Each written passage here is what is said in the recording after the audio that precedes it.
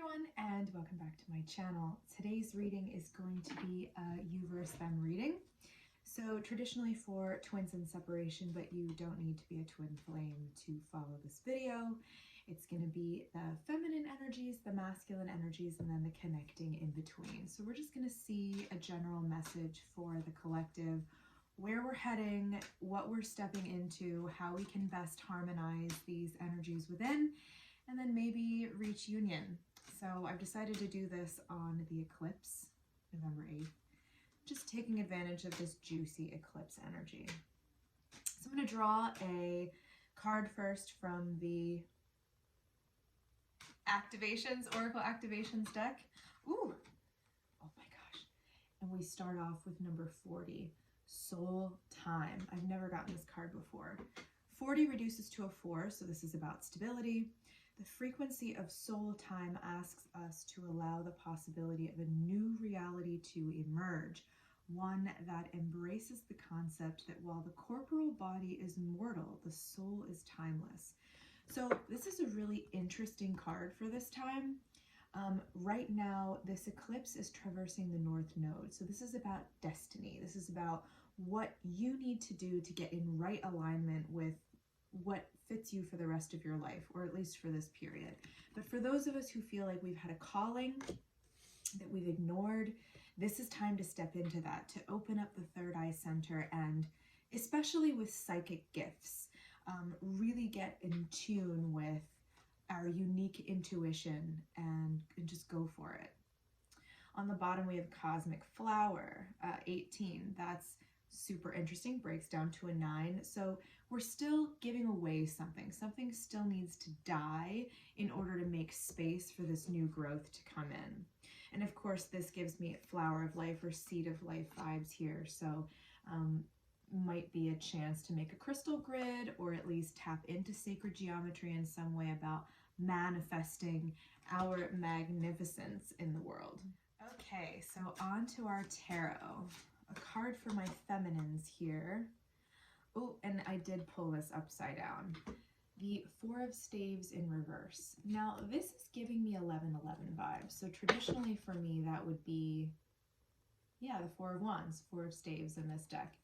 I really feel like for some of you, especially if you identify with the twin flame label, union is close. It's almost like there's just something that you've got to kind of check off your list. Something you have to do. Maybe for some of you, that's like leaving a karmic partner. Maybe for some of you, that's stepping more into alignment with the career path. You feel like you're meant, just something. And I see here there's a lot of mountains in the background. So I feel like this is something that's going to be pretty hard for you, or you know it's been coming, but it's just this hurdle you have to climb. All right, for my masculines, here's the Six of Cups. And the message I'm getting for my masculines here is letting go of what you thought things were going to be, letting go of the past, because the Six of Cups is a huge nostalgic card. It's almost like he, you know, wishes he hadn't done something or hadn't said something. I think for some of you who are within that karmic union or soulmate union, he wishes he like interrupted the ceremony or the wedding and said, that's my woman, or whatever. There's an element of regret that the masculine needs to get rid of at this time. And I think conversely, you can read the Four of Staves for the feminine is getting rid of this ideal of, you know, what your happy home has to look like. You may choose to stay with your soulmate and still have that divine connection. Not everybody is supposed to unite at this time, or maybe even ever. So search within and dig deep as to what those answers mean for you. And then, of course, we have the King of Coins here. Now, the King of Coins for the connecting energies, we see Zeus. I see that both of you are supposed to focus on your prosperity at this time. I see that both of you are independently trying to build empires. And what you will achieve by doing this is you're going to knock codependency out of the picture. So anything that you would have depended on your partner to do that you're putting into yourself right now, that's really going to help you achieve balance. And if you do come back into union, it will be stronger and more, I don't want to say productive, but more prosperous, because both people can do the exact same thing, especially when it comes to traditionally ascribed gender roles. So maybe you're a woman, but you're learning to fight, or maybe you're a guy and you're learning to garden. I don't know what the deal is, or cook or something like that. I'm getting that you, Spirit is saying, you will pleasantly surprise your partner when they realize that you've put effort into coming over towards their side of things. So that's really neat. Now, before I move on to the future energies, I just want to draw a couple messages here for all three of these energies, masculine, feminine, connecting. So for my feminines, we have decrease, number 41. And of course, this breaks down to a 5. So this is about change. Decrease, decline, cutting back, frugality, resourcefulness, a sacrifice. So with this eclipse energy, eclipses are like the number 10. Something dies, something is reborn.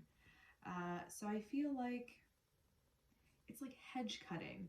There's something in your reality with feminines, not just pertaining to this connection, where less is more. I feel like you've overloaded yourself in some way. You've stressed yourself out. You've exhausted yourself. And there's a part of you that has been ignored or neglected that really wants to show itself to the world.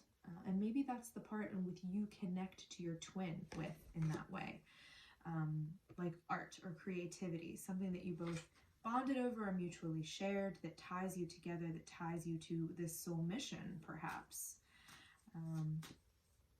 So less is more. Do less and you will make space for that new growth.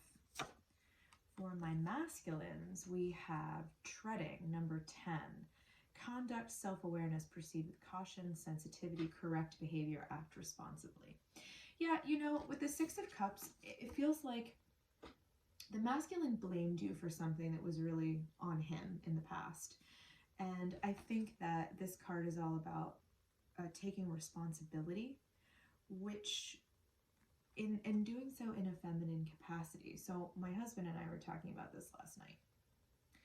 We were talking about my time in New York and how I worked for a man once who was like a bit of a chauvinist.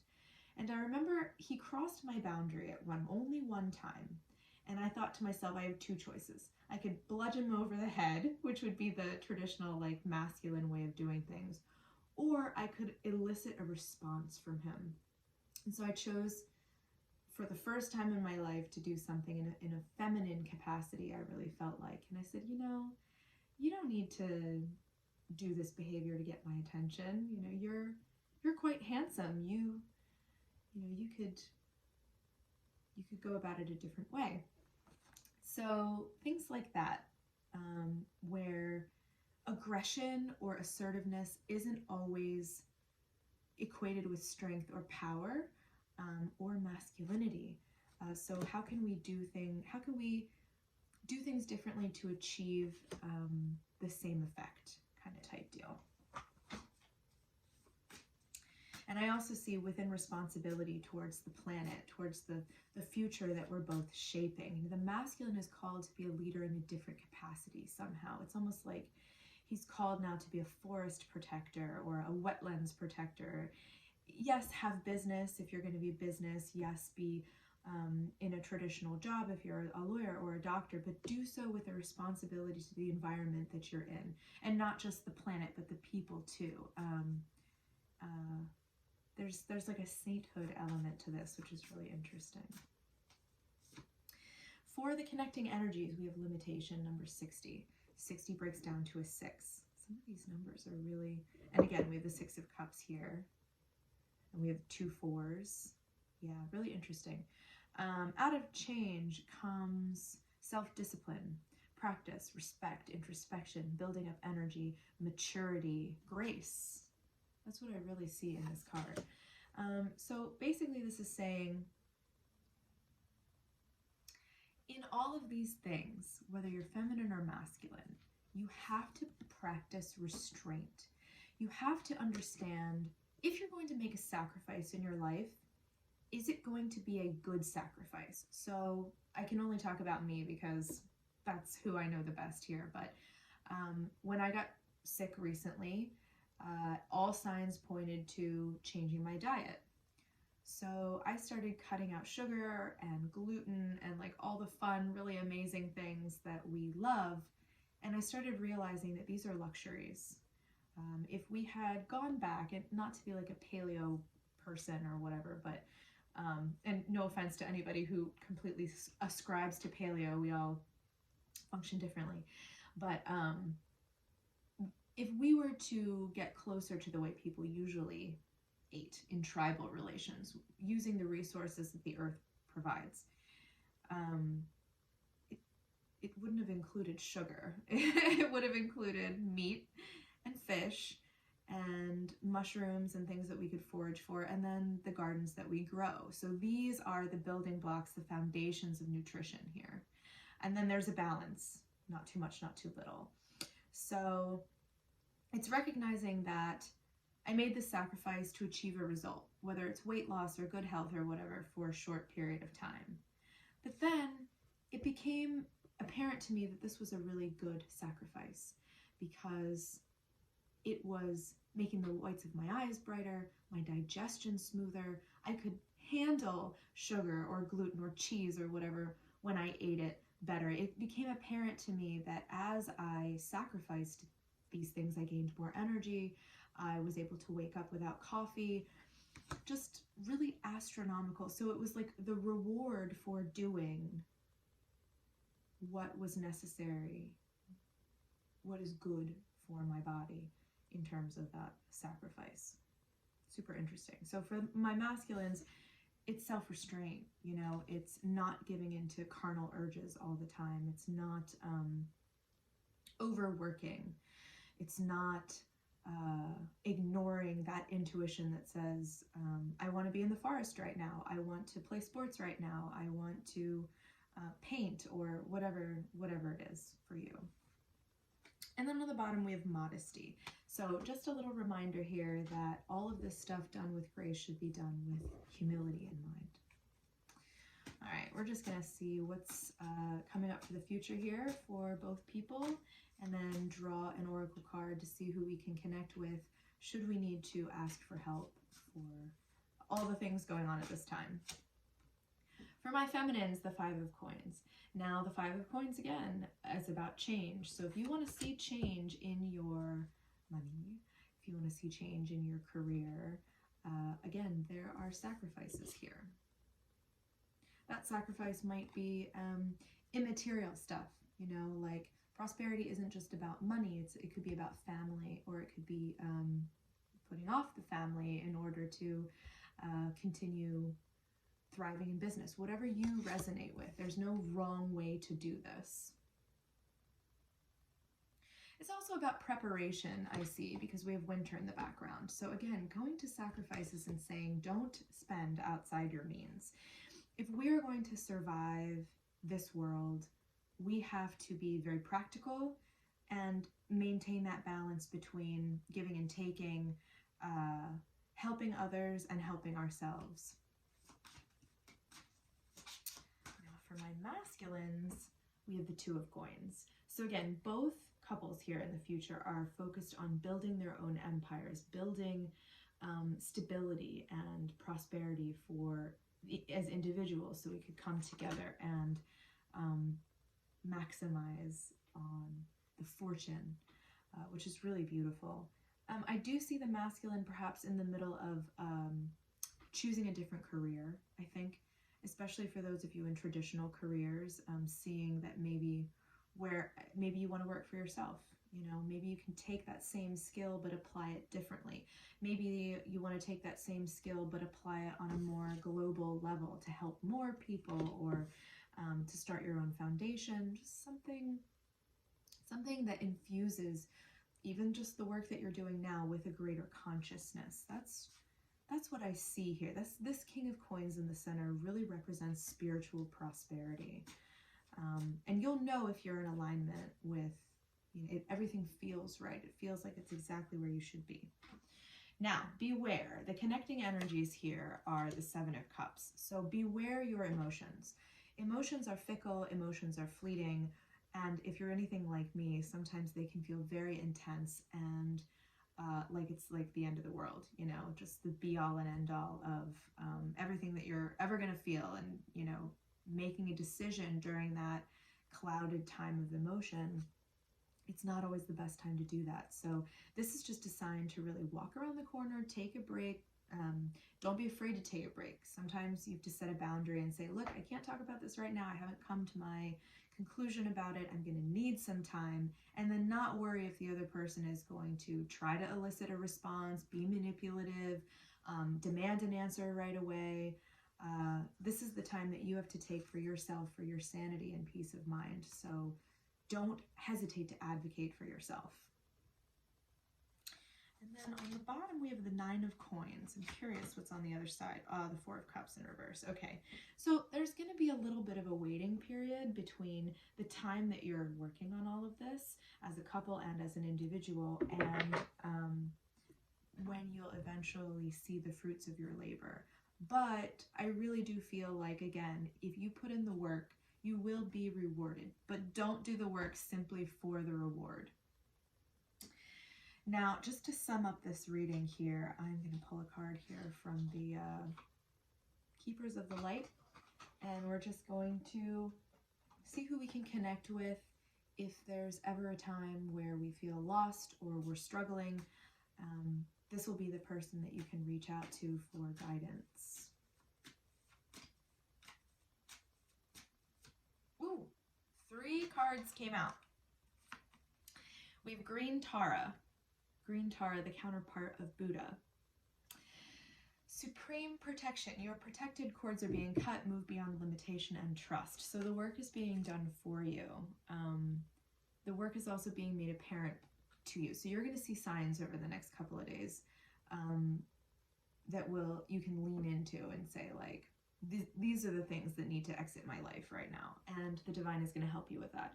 Now, Lady Portia, again, this purple color of soul time, tapping into the third eye, opening the third eye chakra.